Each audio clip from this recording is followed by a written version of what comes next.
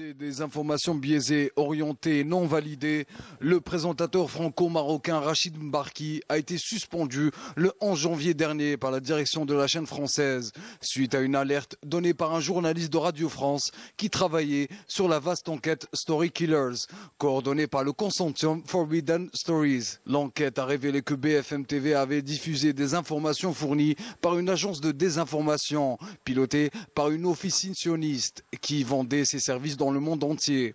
Les journalistes d'investigation ont pu rencontrer un responsable de cette officine, désigné sous le nom de Tim George. Décrit comme le maître d'œuvre de ces opérations de diffusion de ces informations distillées par l'agence sioniste de désinformation, il aura affirmé, démonstration à l'appui, pouvoir créer automatiquement de faux comptes en ligne, générer automatiquement du contenu sur les réseaux sociaux ou pirater des emails ou des comptes Telegram pour influencer des campagnes électorales notamment. Dans le cas de Rachid Mbarki sur BFM TV, les brèves diffusées à l'antenne avaient notamment pour objectif de servir la propagande du Marzen. La direction de la chaîne avait ouvert une enquête interne et interrogé Rachid Mbarki. Présent à l'antenne depuis la création de BFM TV en 2005, le journaliste a reconnu des opérations d'entrisme et confessé une erreur de jugement journalistique qui l'aurait conduit à rendre service à un ami. L'enquête visait des informations diffusées dans le journal de la nuit entre minuit et 4h30 du matin,